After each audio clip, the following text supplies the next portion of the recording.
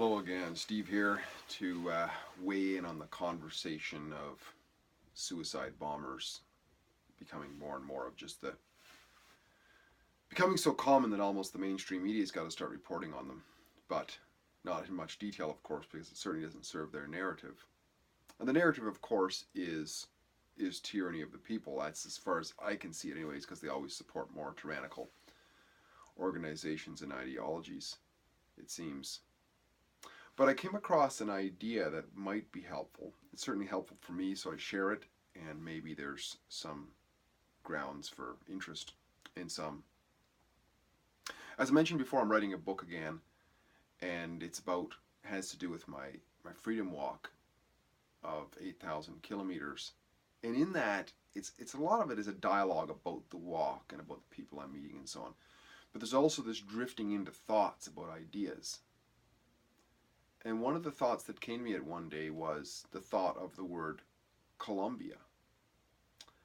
And I began to ask myself, why is it so often? And I was actually in a place that people called British Columbia at the time. And I started to think, why is it that so often this word comes up? And it different spellings of the countries. Colombia's got an O instead of a U, whatever. This is just translation stuff going on. But the core of it, I'm asking, why does it come up so much? Columbia River, British Columbia, the Columbus, Ohio, and all these different versions of the same word. And when I went through French areas on my walk, they'd see this on my back, and they'd say something about a colombe. And I looked it up at one point, and it's a dove. That's how you say dove in French, if I'm pronouncing it correctly. Now, I really like to chisel apart words sometimes and pick up the pieces and see where I end up, right? And of course, the E on the end means just the land of or the country of. Australia is the land of the austral land, austral being southern, right? It's southern on the globe. The Russia is the land of the Rus, who are the rowers originally, or the Norse people typically, who went across there, apparently.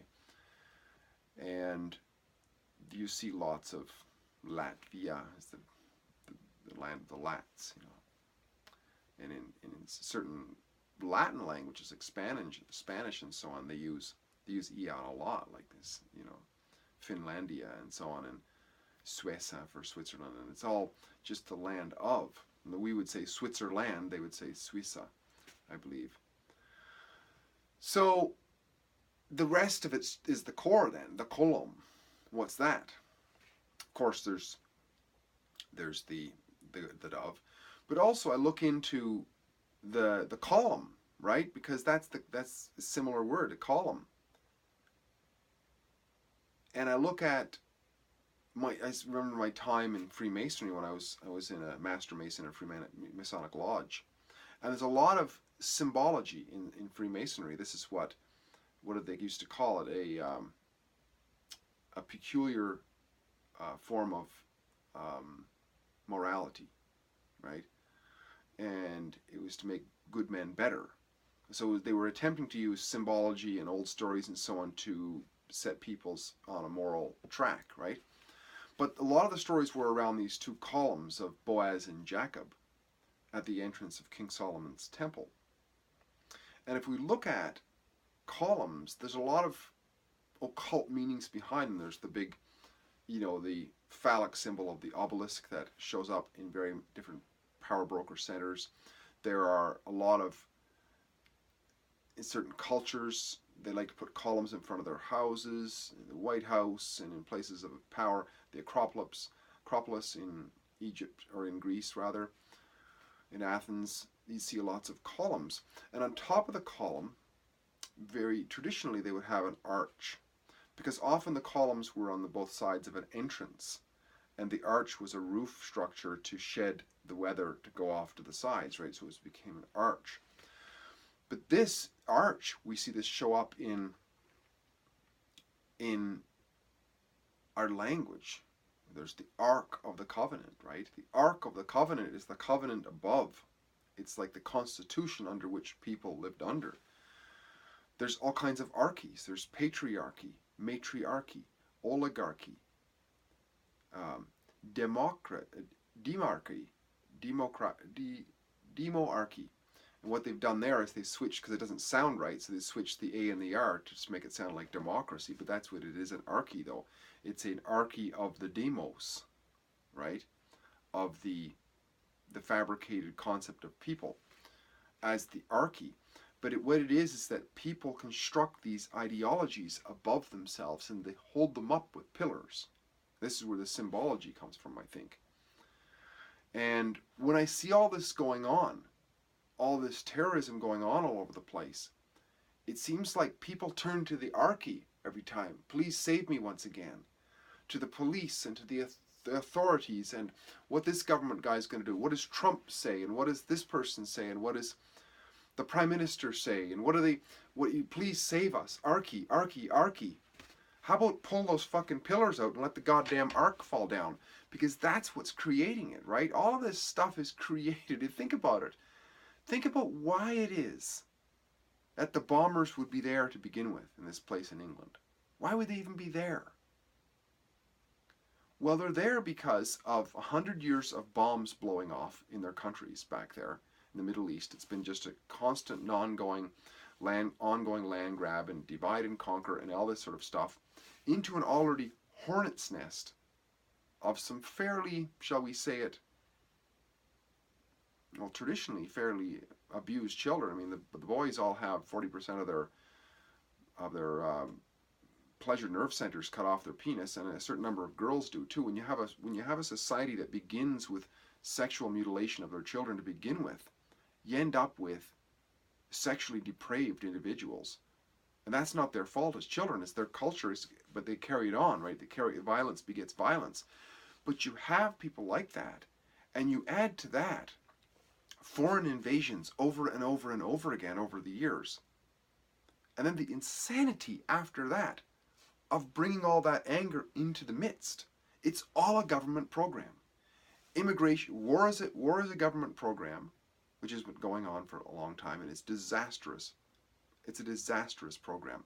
Kills millions of people constantly. You know, Obama, the great noble one. I heard somebody say that he's a very humble man recently. Humble man. He dropped 100,000 fucking humble bombs in the Middle East. Let's be honest, you know. This is not talked about, but they're all the same. These people, you know. And I said in a previous video here that those who supported Trump are probably going to regret that in tears.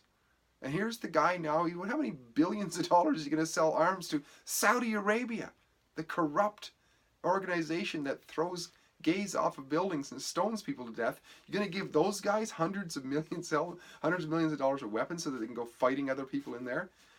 So it's another proxy war is all it is, but it's another government program, right? So the problem is government, but the problem of government is that we support government. And that's what these columns are. So Colombia, I think the origin of that word, is the land of the people, right? The column, the origin of that word, the column, the land of the columns. And the people are the columns because governance is only by the consent of the people. And the people support the archy. And every time we look up to the archy, we're looking up to what we created. The disaster that we created that creates more wars, more empires, more blood, and more of importing that terrorized group of people who've been terrorized by bombs and in some cases their own culture for many, many years into the midst. It's complete insanity, people. We've got to wake up at some point, but I don't know if we ever will, really, because people get asleep. They don't even realize that by their actions they're supporting this evil that's going on. And I just wanted to talk about the symbol because I was writing about this in the story anyway. There was one of these thoughts that went into which was to derive some sort of meaning out of the concept of Colombia. And what I see is that it's an expression of the Iya being the land, but the land of the people, right? The people have the power, but it's the people give that power over to the archy, and they hold up that arch, and they call it the covenant of what do they call it? Social contract or something like that.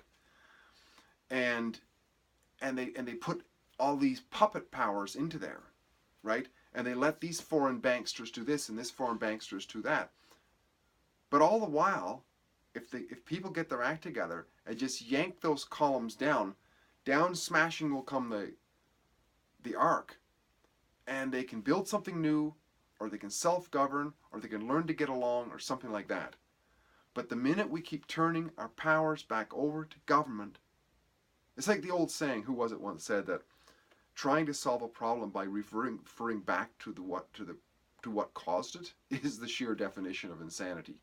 So the idea that a government program which caused the wars, which caused instability in the countries, created a bunch of people who were crazed at being blown up and having their families torn apart, and then importing these people into the midst, who have already a track record of suicide bombing. It's a guaranteed recipe for what's happening, and nobody should be shocked whatsoever. Whatsoever.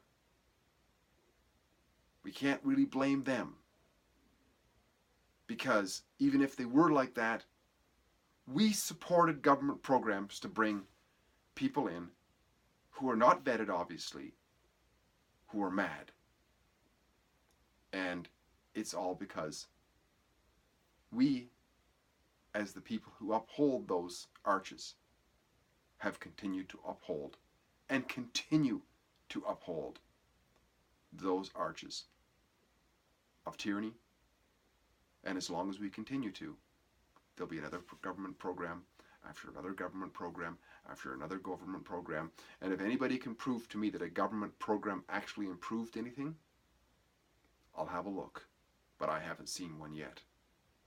I've seen government programs that are either worse or diabolical. In the case of war, it doesn't get any worse than that, I don't think. But let's just think about that.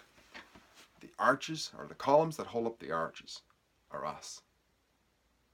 And we can make a decision to let go of that arch. And the more of us that let go of those columns, and the more of us who let go of it, pull back from the system, pull back from the system, pull back from the system, sooner or later there's going to be no strength to support those wobbling arches up there, and they're going to come crashing down, and we can build our own. Steve here again, great chatting. Talk again soon. Bye for now.